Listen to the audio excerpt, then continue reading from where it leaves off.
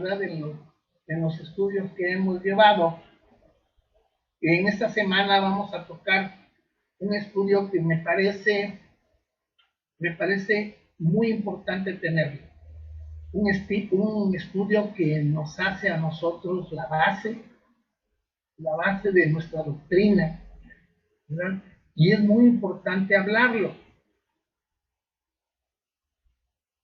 Acuérdense que nosotros no descubrimos nada, todo está hecho y el Señor lo ha hecho, ¿no?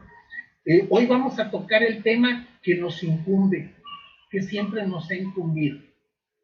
Se llama el Evangelio de nuestro Señor Jesucristo.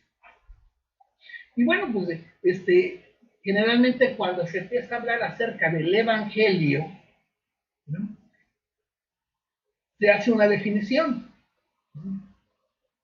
Yo estuve encontrando la definición más práctica, más corta. A lo mejor sacamos otras definiciones de lo que es el Evangelio, ¿verdad? Precisamente, ¿qué es el Evangelio? Y estas son de las preguntas hermosas y maravillosas que podemos hacernos para ver por qué nosotros somos evangelistas, ¿no? Entonces, el Evangelio dice textualmente así, el diccionario nos dice, son las buenas de salvación, las nuevas de salvación, perdón. Había dicho las buenas nuevas, pero las nuevas de salvación. Ese es el Evangelio. Para todo aquel que cree, dice la Escritura con el apóstol Pablo, al judío y al griego. Acuérdense que hoy de ambos pueblos hace uno nuestro Señor Jesucristo, ¿no? Y unos dicen que tienen la salvación y los otros también, pero el Señor es el que saca a un pueblo de los cuatro cabos de la tierra. Y así podemos encontrar en diferentes lugares gente verdadera, como dice la Escritura, los verdaderos adoradores, gente que le ha entregado la vida al Señor, ¿no?, y que de una u otra manera ha seguido al pie de la letra el Evangelio de nuestro Señor Jesucristo. Y este Evangelio son las nuevas de salvación. Entonces, estas nuevas de salvación, pues, ¿qué es un poquito más claro? Bueno, las buenas noticias de salvación. Si ustedes entran en el antiguo tiempo, ¿verdad?, el Antiguo Testamento, no se habla de las buenas noticias de salvación. Se habla de nuestro Señor, se habla también de nuestro Señor Jesucristo, de nuestro Dios y de su Hijo amado, que muchos dicen que Jesús no está en el antiguo tiempo. Sí, sí está, ¿verdad? Pero se viene a manifestar claramente cuando Él viene aquí a la tierra, ¿no? Entonces, confirmando las nuevas de salvación, son las buenas noticias. O sea, algo que es nuevo. Por eso comentaba yo en una ocasión que los que estamos en Jesucristo estamos ante el actual pacto, no el antiguo pacto, ¿no? Y el actual pacto, dice Pablo, que no tiene que ver que hagamos muchas cosas. Lo más importante es que nosotros creamos al Señor y estemos seguros de lo que hemos hecho, ¿verdad? Y miren, a veces hablamos del Evangelio y no sabemos qué es el Evangelio. El Evangelio, hermanos, porque somos evangelistas, el Evangelio son las buenas noticias del reino de Dios. Esas buenas noticias que a nosotros nos hablaron hace mucho tiempo. Por allá por 1988, 87, me hablaron y me dieron estas nuevas noticias. Dice Pablo, antes estábamos alejados de la ciudadanía, ¿verdad? Estábamos sin patria. Estábamos, pues como dicen por ahí, sin promesa. Pero hoy, gracias a Dios tenemos la promesa en nuestro Señor Jesucristo. Y estamos bajo mejores y grandísimas promesas. Y no lo digo yo, lo dice Pablo, ¿no? Entonces, estas buenas noticias, ¿quién las trajo? ¿Cómo llegaron a nosotros estas buenas noticias? Estas buenas noticias nos las dan a conocer Jesús y los apóstoles. Estas nuevas noticias. Y las confirman, bueno, el mismo apóstol Pablo, un poquito desfasado después de Jesús, sigue confirmando estas nuevas de salvación, las nuevas noticias, ¿no? Entonces, déjenme meter mi presentación. Vamos a ver.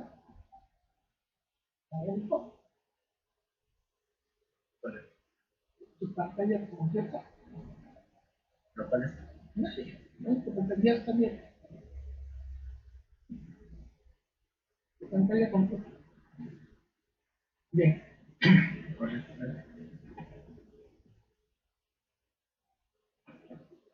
Bien.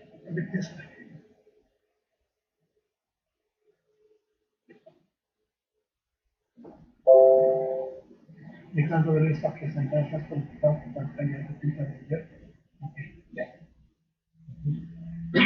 Bien, ya nos vemos por ahí, Saúl. Sí, ya se ve. Muchas gracias. Entonces, aquí estaba la pregunta, ¿no? ¿Qué es el Evangelio? Dicho, la buena nueva.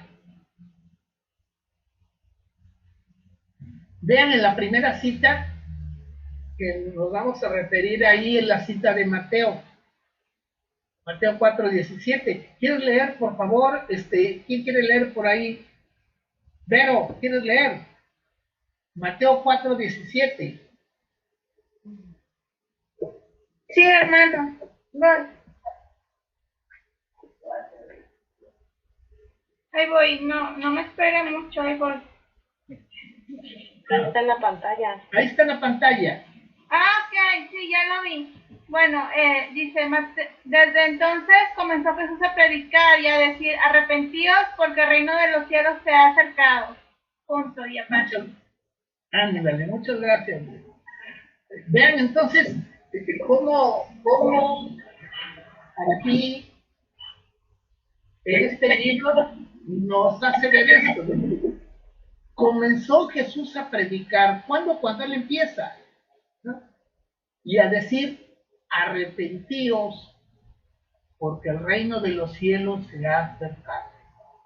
O sea, arrepentíos ¿de qué? ¿De qué? Dice Pablo, de nuestra vana manera de vivir. ¿Y qué es eso de la vana manera? Bueno, de la manera en que no teníamos nada provechoso. Lo vano es lo que no tiene provecho, ¿no? Nuestra vana manera de vivir. Vivíamos, yo siempre lo he dicho, ¿no? Vivíamos,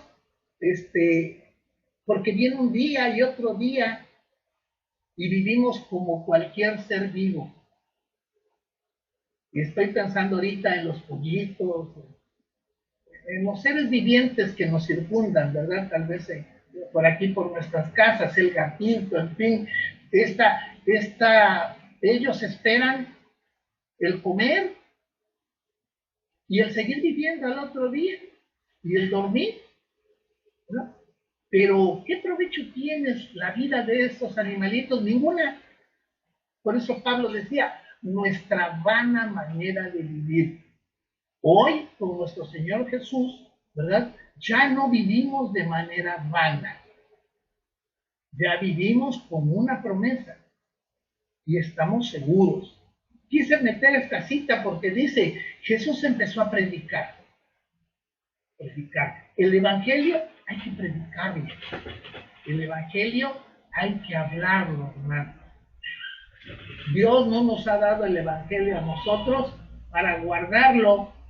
Sí lo ha dado para guardarlo dentro de nosotros y que ese sea precisamente una herramienta para que nosotros podamos usarla, pero también lo ha dado para que nosotros seamos portadores de esas buenas nuevas, de esas nuevas noticias del reino de Dios. Entonces, dice la cita, Jesús empezó a predicar el Evangelio, ¿verdad? Y a decir, ¿qué decía Jesús? Arrepientan. ¿Por qué? Porque ya el reino de los cielos se ha acercado. El reino de los cielos se ha acercado. Y empezaba a proclamar, ¿verdad?, el reino de los cielos. Esa promesa tan hermosa que alguien nos hizo desde que estábamos iniciando el camino del Evangelio, esa promesa que es llegar al reino de los cielos. Entonces, déjame ver, y luego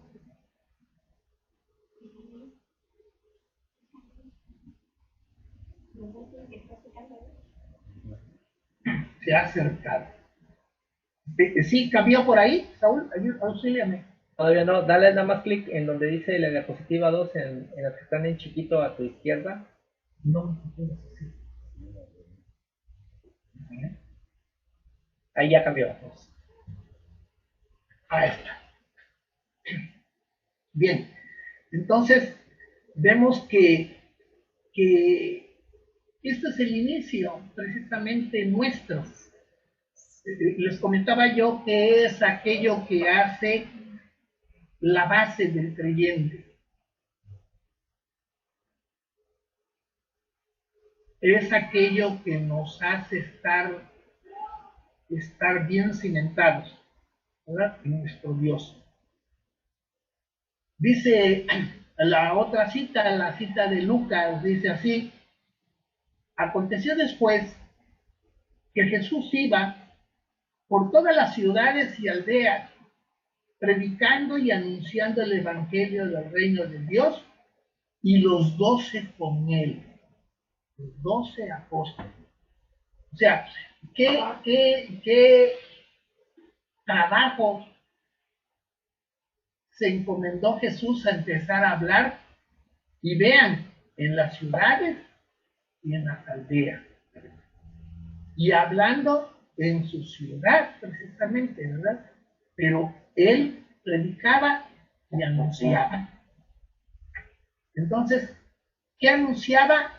Lo que decíamos, el Evangelio, y se hablaba del reino de Dios. ¿No? Entonces el Evangelio es estar bajo la norma de nuestro Dios. ¿No? Ese es el Evangelio. Esta norma de nuestro Dios es bajo la cobertura de Dios. Ese es el Evangelio. Cuando nosotros somos... A ver, Berito, te escucho. Sí, pues Dios quiere que prediquemos con eso, bueno, con él no, pero que quiere que prediquemos su palabra a todos los que quieren, a todos los oyentes que quieran oír, a todos los que suplican y tienen sed de su verbo, de su proceder, de lo que sabemos que es de él. Entonces, pues hay que darles alimentos a esas personas, ¿no? Esa comida, para que se sientan fuertes, saludables, y sobre todo que puedan entrar al reino de Dios como nosotros, los evangelistas. Eso del Evangelio de Dios. Eso es, Vero. De hecho, lo fundamental es que nosotros seamos portadores de esa palabra que nos va a hacer a que quien la escuche vaya hacia el reino de Dios. Y lo empezó a hacer Jesús en su tiempo. De hecho, estuvimos viendo estas notas. Y lo hacía Jesús y lo hacían los 12 discípulos con él. ¿Qué quiere decir esto? Bueno, que esta tarea precisamente es para todo aquel que cree. Si fuera una tarea, no quiero decir que no es una tarea única o es no, sea una tarea exclusiva, si es una tarea exclusiva, que nos da el ejemplo de nuestro Señor Jesucristo, que nosotros lo sigamos, ¿no? Pero lo que quiero decir con esto es que todos tenemos la obligación de predicar el Evangelio. Así lo debemos ver. Y bueno, hay muchas maneras de cómo predicar, hay muchas maneras. Yo veía por ahí una agrupación que iba de 2 en 2, veía gente que habla de nuestro Señor Jesucristo en los parques, gente que se acerca a los hospitales y habla, ¿verdad? Y todo esto es anunciar precisamente el Evangelio. El Evangelio para que toda la gente vaya dirigida hacia el reino de Dios. Es algo que Jesús nos lo hace ver y nos lo enseña, ¿verdad? Entonces el Evangelio es estar bajo la norma de nuestro Dios, bajo la cobertura de Dios. Ese es el Evangelio. Cuando nosotros decimos que somos evangelistas, quiere decir que nosotros estamos sujetos a la cobertura de Dios, a la norma de Dios. Por eso, nuestra base es la Escritura, ¿verdad? Las Santas Escrituras, esta es nuestra base y nuestro documento rector. ¿Por qué? Porque es precisamente bajo la Escritura en la cual vamos a estar bajo la cobertura de Dios, ¿no? O también llamado el reino de Dios, ¿no? Entonces, ajá.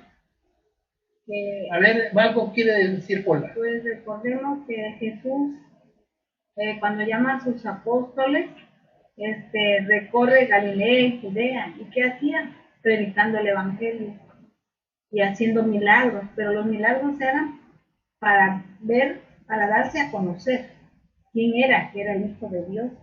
Y la intención era predicar su Evangelio precisamente para que fueran salvos.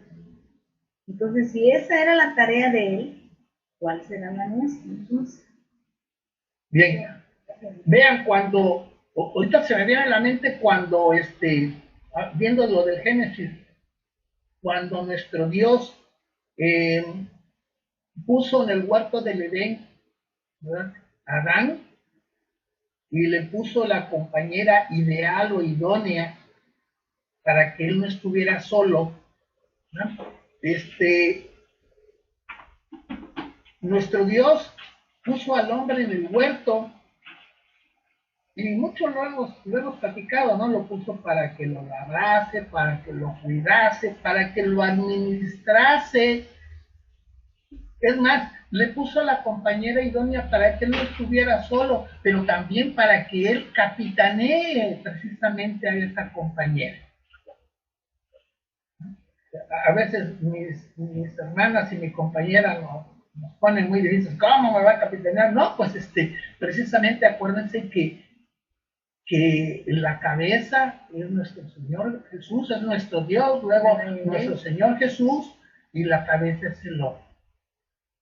No quiere decir que la mujer no sea un ser no pensante. La mujer piensa igual que el varón, ¿verdad? Pero el hombre es a imagen, ¿verdad? Entonces, cuando Dios pone al hombre y a la mujer en el huerto, lo puso sobre su gobierno, sobre el gobierno de Dios. Por eso Dios los iba a supervisar, a ambos. Y Dios detectó cuando había anomalías ahí. Y por eso le dice, ¿quién te dijo, pues, estabas desnudo. Así lo cuestionó, ¿verdad? Nuestro Dios al hombre. Vamos a ver la cita de Génesis 3:24. ¿Quieres leer, hermanita Gloria, por favor? Génesis 3:24. Sí, hermano. Echó pues fuera al hombre y puso al oriente del huerto del Edén querubines y una espada encendida que se revolvía para todos lados, para guardar el camino del árbol de la vida. Eso es. ¿Por qué nuestro Dios echó fuera al hombre del huerto del Edén? ¿Por qué? De acuerdo a lo que estamos viendo, Adán estaba en el gobierno de Dios. Adán estaba en el reino de Dios. Dios lo saca. ¿Por qué? Porque, bueno, el hombre falla. Y no, vamos a decir así, no quiso estar con lo que Dios había dicho. Entonces, está violando las normas del gobierno de Dios. Y como las está violando, el Señor aplica y hace y echa fuera al hombre. ¿No? Entonces, dice la Escritura que puso una espada encendida, ¿no?, que se revolvía por todos lados. Quiero pensar que es una espada que giraba, ¿verdad? Eso que se revolvía por todos lados, para que el camino del árbol de la vida no llegara el hombre mismo. ¿Y qué pasó de ahí? De ahí hubo un alejamiento, ¿verdad? Y digo alejamiento porque cuando el hombre estaba en el huerto del Edén, estaba bajo el gobierno de nuestro Dios, bajo la dirección de Dios. Y ahí hay iba a decir un pequeño alejamiento, pues no es un pequeño alejamiento, porque sí es algo de tiempo hasta la venida de nuestro Señor Jesús. Entonces, cómo la humanidad está, como dice Pablo, sin promesa, mundo. Y digo la humanidad, todos nosotros los humanos, todos aquellos que estaban en ese tiempo, ¿verdad? Entonces, vamos a ver la siguiente.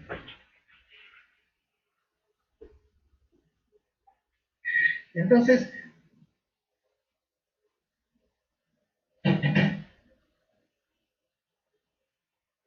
antes de empezar con el Éxodo, ¿verdad?, que también se habla de las normas de nuestro Dios, por eso lo quise poner, porque son las normas, ¿no? Vean, quisiera yo adentrarme con algún comentario acerca de la palabra arrepentimiento. Esta palabra que estuvimos viendo aquí, dice, ¿dónde está arrepentimiento? Dije, creo que está. Aquí está, arrepentíos, ¿verdad? La cita de Mateo 4:17, esta palabra de arrepentimiento. Arrepentimiento significa cambiar de dirección. Cuando yo me arrepiento de lo que hago, me doy cuenta que no es adecuado como lo estoy haciendo, que tal vez estoy equivocado. Y cuando uno está equivocado y es cuerdo, digo es cuerdo porque la gente normal y común, cuando se da cuenta, hey, das un stop en el camino y después ¿qué hacemos? Bueno, pensamos nuevamente. Y al pensar nuevamente, vemos hacia dónde hay que ir. ¿Por qué? Porque algo estamos haciendo mal. Palabra arrepentimiento significa cambiar de dirección. Mande. ¿Quieres hablar algo? A ver, ¿quiere hablar algo, Polita? Sí, respecto a lo que está diciendo de arrepentimiento, Es un arrepentimiento genuino, verdaderamente, porque me pongo a pensar, reflexionemos qué errores tenemos, porque nosotros sí sabemos nuestros errores, nuestras insuficiencias, y las reconocemos, podemos reconocerlas, y la soberbia no permite reconocer los errores que tenemos. Entonces, pero no basta con reconocerlo, sino tener humildad, porque darnos cuenta que estamos mal en algo y darnos cuenta y pedir ayuda a nuestro Padre Celestial que nos quite eso, suplicarle, implorarle.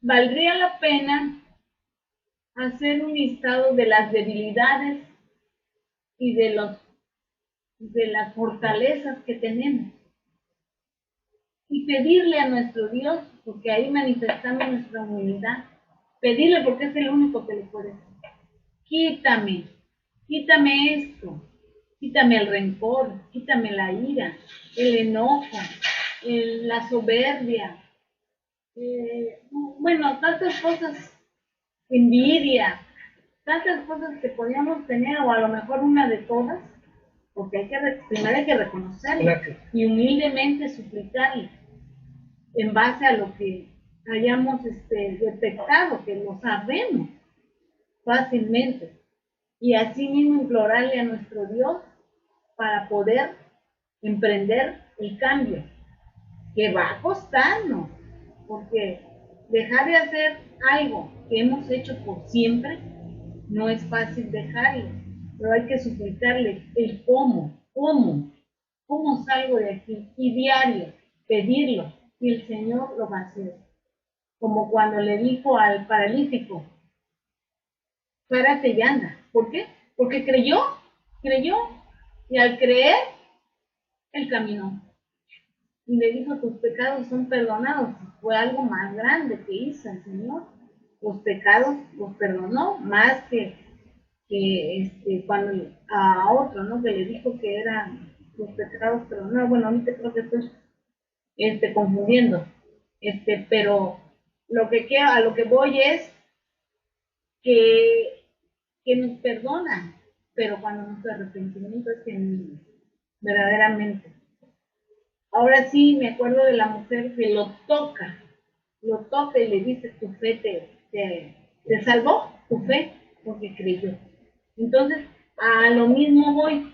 Si nosotros realmente reconocemos y nos humillamos, y no nos vamos a enojar porque nos digan: oye, tú esto, porque alguien puede decirnos, pero nuestra soberbia no nos permite aceptar el error que tenemos. Y cuando nosotros lo aceptamos verdaderamente, es un arrepentimiento genuino y cambiamos. Porque el Señor lo puede hacer. Bien, quise tocarlo porque dice: desde entonces comenzó Jesús a predicar y a decir: arrepentíos. O sea, ya el Señor Jesús predicaba y les decía a las personas: arrepiéntanse.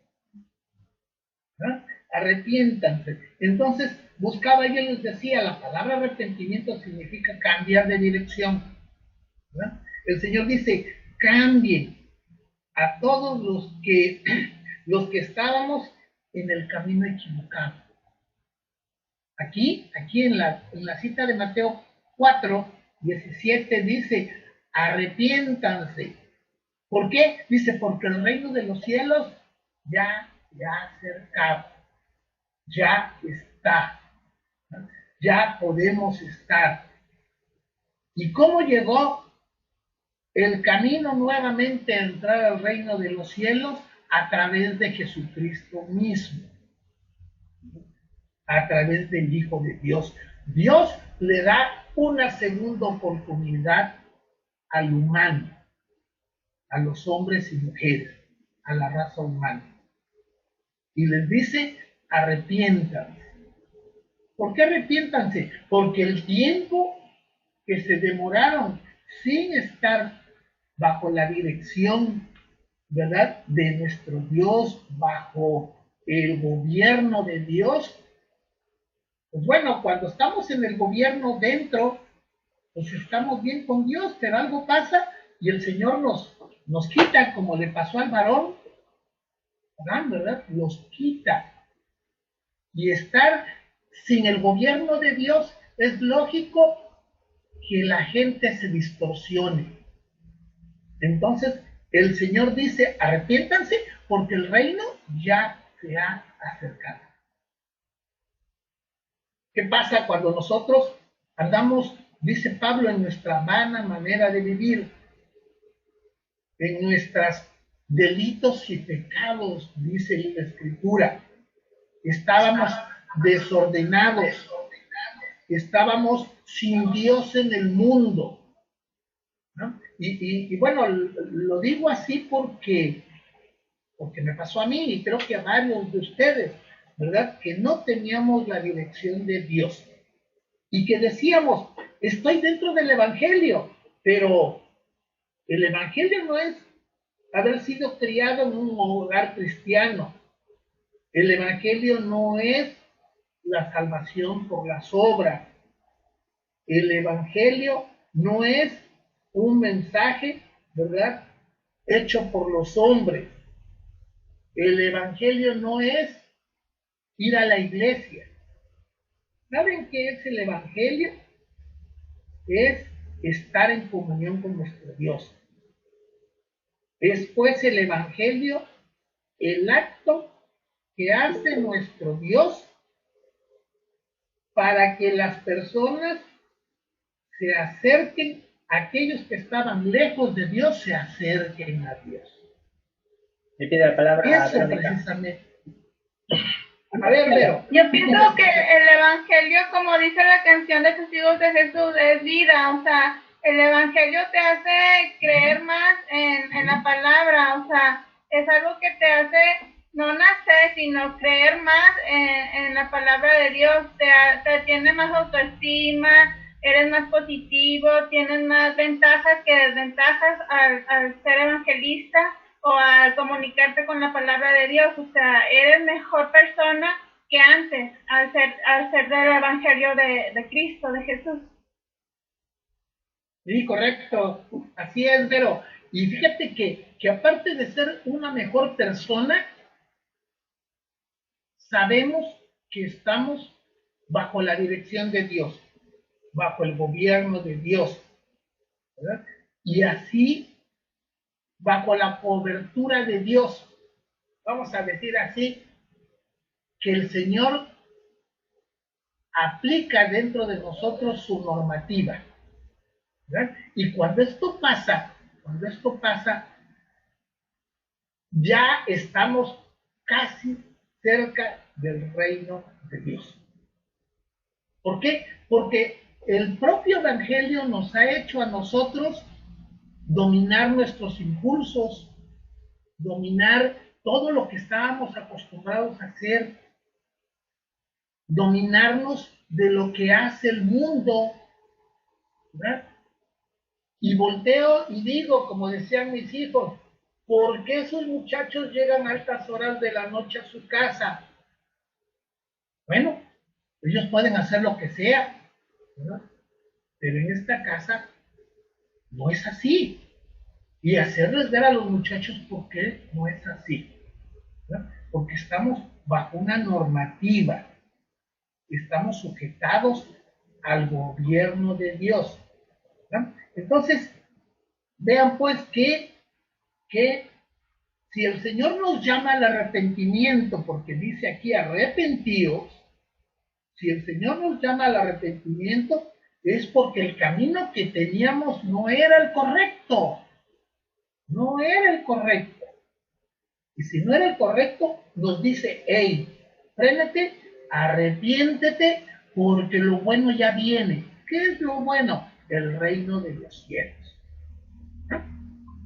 Entonces, esta precisamente es el mensaje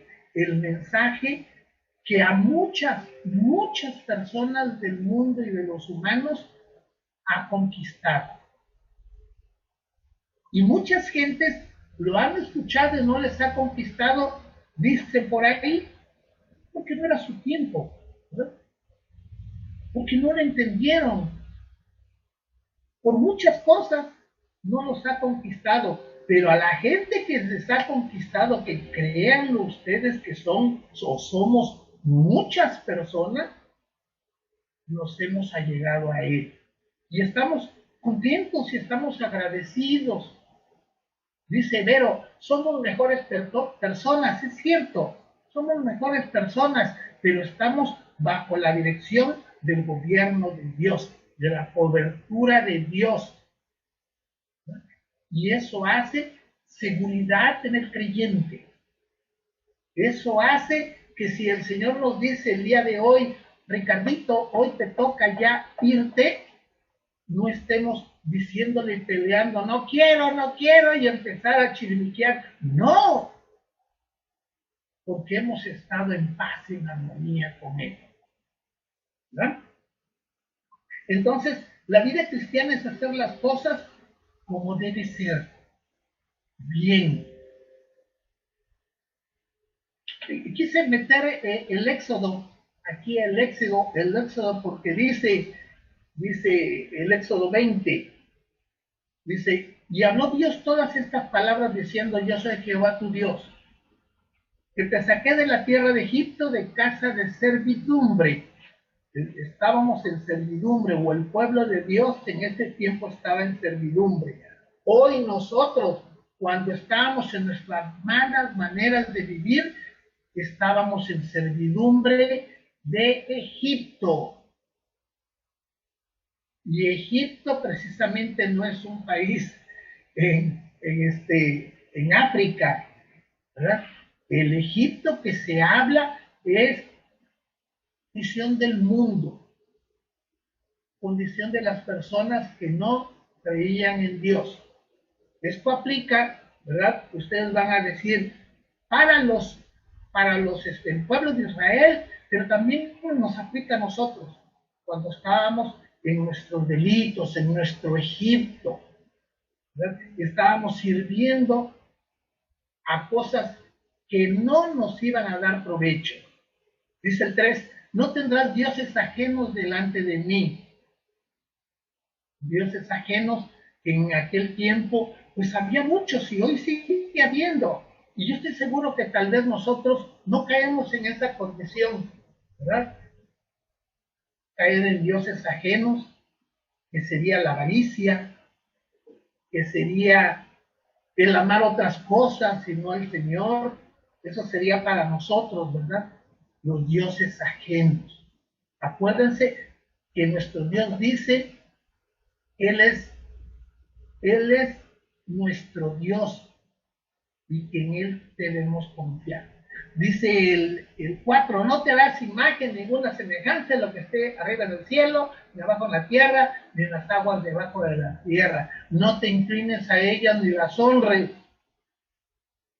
Tu Dios fuerte y celoso.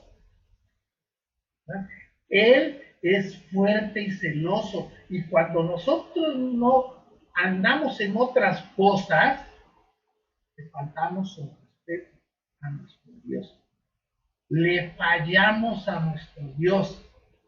¿Verdad? Sí, vas a decir algo. Sí, hablando de las imágenes y también reflexionar lo que dijo Vero, en cuanto a que somos buenas personas, pues es que si somos felices, somos buenas personas, porque no nos enojamos, estamos condescendientes con los demás y estamos en paz.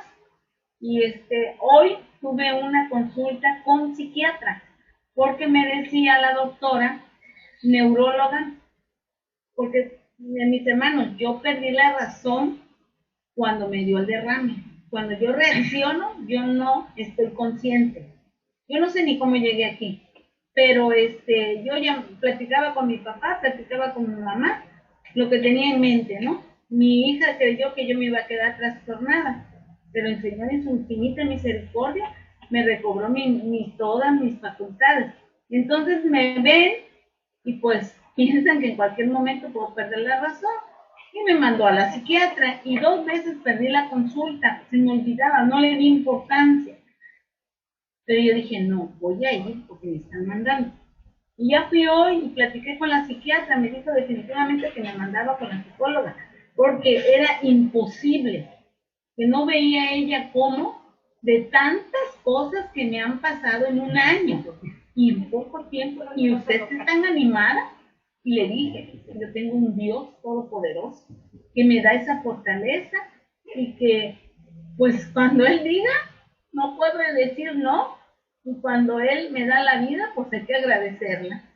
Me dice, pues sí está muy animada, conmigo no, tiene que ir con la psicóloga para que la vaya guiando porque es mucho lo que le pasó y no concibe que yo esté bien, que yo esté animada. Y le dije, he tomado cursos de esto, ahorita estoy en esto. O sea, verdaderamente, mis hermanos, yo no tengo tiempo para pensar en la enfermedad. Estoy ocupada y quisiera más tiempo para poder hacer cosas. Y luego hasta mi compañero me regaña porque me dice, acuéstate. Y efectivamente yo tengo que reposar. Pero tengo tantas actividades que hacer que no pienso en la enfermedad. Y no sé, se fueron los meses. Entonces, a eso voy, a lo que dijo Vero, que realmente somos buenas personas, o sea, estamos en paz. Eso es. Y al estar en paz, estamos felices. Bien, entonces, vean, esto de que habla aquí nuestro Dios, dice, no te inclines a ellas ni las honres. Puedo preguntar a ustedes, ¿cuántas veces hemos caído en la condición de idolatría? Idolatría es un pecado, un pecado que nuestro Dios juzga duramente, el pecado de la idolatría. Entonces, ¿cómo honramos de lo que hacemos a alguien que no es Dios? ¿Verdad? Y yo les puedo preguntar, porque cualquiera puede decir, pues eso pues no es mucho. ¿Nunca llevaste una medallita al cuello que alguien te haya regalado? Mira, te voy a dar esta medallita de oro bien bonita y te la pongan en el cuello y tú digas, no, pues es una condición de oro y soy honrado porque me la regalaron y me la pongo, ¿verdad? Entonces, ¿nunca llevaste una medallita al cuello? Yo me acuerdo que sí, yo sí lo hacía. ¿Qué pasa? Si nosotros seguimos adorando las cosas que no son nuestro Dios, le damos la importancia. Yo hablo de la medallita, yo hablo de la presencia de aquello de oro que traes aquí pegado al cuello, ¿verdad? Le estamos dando más atención a eso que a nuestro Dios. Y eso se llama idolatría. Y tiene la palabra Vero nuevamente. ¿No? Otra vez, a ver, Benito. Pues sí, hay personas que idolatran, o sea, llevarse puesto esa cadena que tú dices en el cuello, pero porque no conocen la palabra, o sea, nadie les ha explicado, nadie les ha hablado, no hay quien los oriente, como dice Polita, sí. Entonces, bueno, hay que guiar a esas personas para llevarlas al buen camino de la vida del Señor, en donde el Redentor nos da opciones, nos da bases para ya no idolatrar a nadie más que a él que él es un Dios fuerte y celoso también, y nos da esas bases para seguirlo y siempre nos apoya en todas nuestras decisiones y nos dice qué hacer y qué no hacer. O sea, con él vamos a estar bien y vamos a estar atentos a todo lo que nos afecta como ser idólatras. Bien, a ver. Adelante. Y referente a eso de la idolatría, que es lo que iba a decir hace rato, ya me por otro lado, ahorita, por ejemplo, en la isla que está en Europa, que explotó el volcán, también a veces una predicación de un español muy atinado, ¿no? Pero bueno, él está allá en Europa y estaba conversando que mucha gente fue a la iglesia a sacar las esculturas, las imágenes, para que no les pasara nada. Digo, ¿cómo la gente no se da cuenta que una imagen que según ellos hace milagros, le piden, tengan que ser protegidos por uno mismo. Entonces, ¿dónde está el poder de ellos? No, el poder solo lo tiene Jehová, Dios de los ejércitos. Eso era. Bien, acordémonos de la cita, ¿verdad? De la cita con respecto a esto. Al Señor tu Dios adorarás y a Él solo servirás. Esto está en Deuteronomio, ¿verdad? Debemos tenerlo presente, ¿verdad? Que al Señor tu Dios hay que adorar y a Él solo hay que servir. Y bueno, repito, podemos decir, ay, pues es que yo traía la medallita, es algo, es caro, es presencia de oro, se ve bonito aquí en mis vellos, ¿verdad? En el pecho, y se ve bien coqueto, yo me lo voy a poner, pero ¿qué estoy haciendo? Y todavía yo puedo decir, no, pues yo no lo veo mal, ¿verdad? Pero soy expectación. Aparentemente, yo creo que lo que yo hago nadie se da cuenta, pero crean que somos expectación al mundo. Y el vecino de enfrente y el vecino de los lados sabe que soy hijo de Dios y se imaginan que somos expectación, ¿verdad? Entonces, tener presente esto, el Señor tu Dios adorarás y solo a Él servirás. Y también lo que le decía Pedro a los apóstoles en el libro de los Hechos, ¿verdad? Decía, es necesario obedecer a Dios y a los hombres. O sea, si en algún momento en tu vida que no sepas qué hacer, ¿verdad? Si vas a obedecer a Dios o a los hombres, obedece a Dios. Obedece a Dios. Y bueno, por ahí la vamos a dejar porque ya me cantó aquí la chicharrita de 2 minutos para las 8. Lo vamos a dejar por aquí. Vamos a continuar el próximo domingo. Espíritu Santo les bendiga. Vamos a Que Dios te bendiga.